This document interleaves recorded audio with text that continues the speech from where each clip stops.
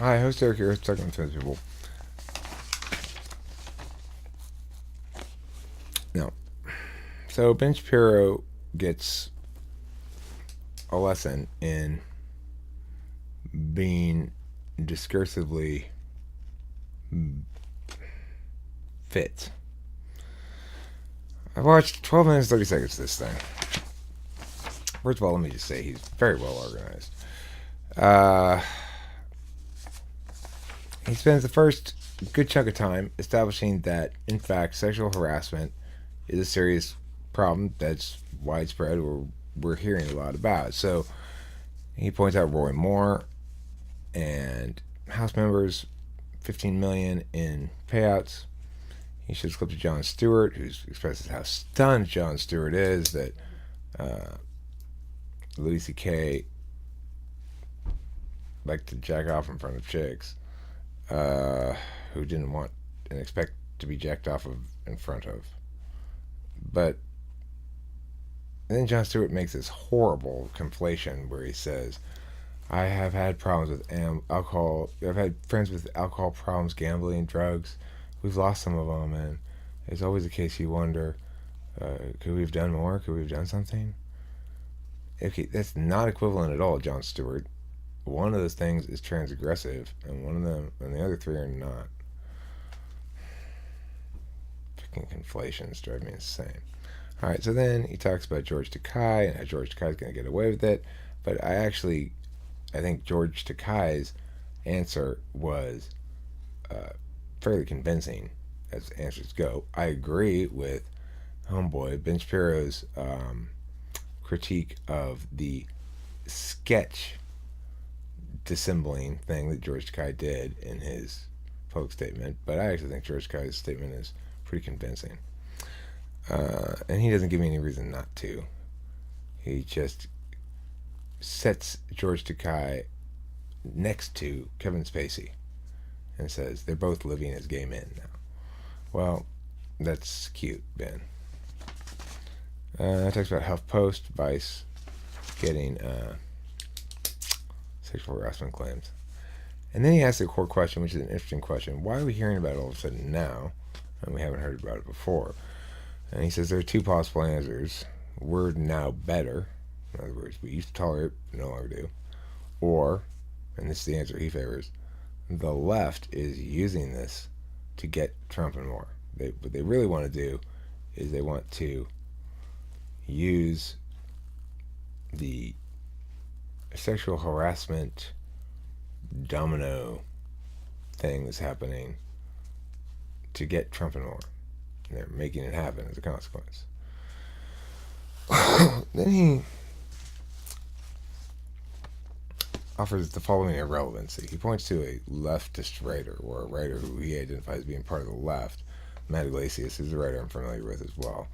And he critiques this stupid article by Matt Iglesias, which I don't doubt was very stupid. When he explains why it's so idiotic, he's correct in that it's obviously a silly point to make that we on the left should have supported the impeachment of Clinton back when it occurred on the grounds that he was exploiting her in some fashion because of his position of power. And then he says, but I was there in 1998. The left was slut-shaming, and if the right had countered, then the left would have shifted ground and accused the right of being sexist. And that's how it is on the left. You don't have to be accountable for anything. You have to be consistent, blah, blah, blah, blah. Okay. First of all, it's a false dichotomy. There aren't two explanations. We're now better, or the left is using it to get Trump and more. There are many possible explanations, but the one that's most believable, as far as I'm concerned, or makes the most sense to me, is that it simply reached a point of critical mass, and once it attained enough resonance with individuals at large, not in your little groups you want to describe all the time, but once it achieved resonance with individuals at large, then it became a hot ticket item. People wanted to consume media about it, and reporters had something juicy that they could go to investigative journalism on. And they want to take people down for their own individual interests because they're interested in reporters getting a scoop or telling an exciting story or something like that.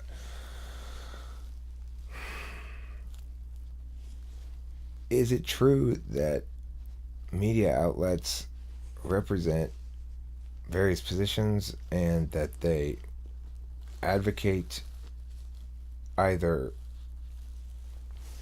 about policy or about decision-making processes or about discourse itself, or they advocate on behalf of make-believe groups?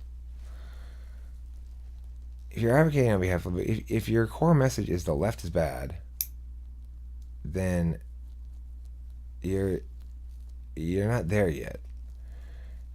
Obviously, lots of leftist positions that deem themselves leftist, there are lots of positions that represent one end of the spectrum that we deem as left by and large. But the left does not comprise a group of people who have a will that is shared and take action in coordination with each other. It's a set name for a vaguely defined broad swath of political self-identity. And the problem isn't the other self-identity, it's what you're doing too. It's this whole, I'm going to identify with one side and we're going to play us versus them, and I'm going to defeat them in some fashion and show how they're awful. I'm going to reduce what they're doing. I'm going to make statements like, well, that's what it's like being on the left. You don't have to be consistent at all, blah, blah, blah. So the real reason sexual harassment, rape, non-consensual and pseudo-consensual sex acts have garnered a lot of attention is a big story on a big name guy broke. And when everybody saw Harvey Weinstein fall, people who hadn't been heard before suddenly had ready and willing ears. Lots of people felt sort of guilty about not taking people seriously, or for prioritizing other things, or for otherwise not doing something, or joining actively the side, or staying on the sidelines, you know? So the thing is, there's lots of good explanations for why there was enough rhetorical momentum and why there was enough tawdry aspects and surprise to it as well. As Ben Shapiro expressed this here, surprised at finding it so widespread. I think a lot of us are surprised to find that. I've never been like that. But the thing is, there are 4 different romance styles. There's aggressor, victim, nurturer, and infantile. I'm infantile. I'm childlike in my approach to sex. And I see attraction as a static thing, a status that it's not a physical action. It's not a physical response for me to be attracted to somebody. I don't see it as that. I see it as something that is a status I've donned, and then I interact with the person accordingly. But obviously that's not going to correlate very strongly to what you might call toxic masculinity. And I want to do a separate video specifically on toxic masculinity. But my basic critique of Ben Shapiro here is he's playing team sports with politics. It's stupid. He's smooth, but I'm not very impressed. I'm impressed with his organization. I'm impressed with his media production and stuff like that, but not with his commentary at all. It's a bunch of reification fallacies. It doesn't even mean anything. It's fucking pretend. A bunch of pretend nonsense. Thanks for watching Talking with Finn People. Don't forget to eat plenty of cheese.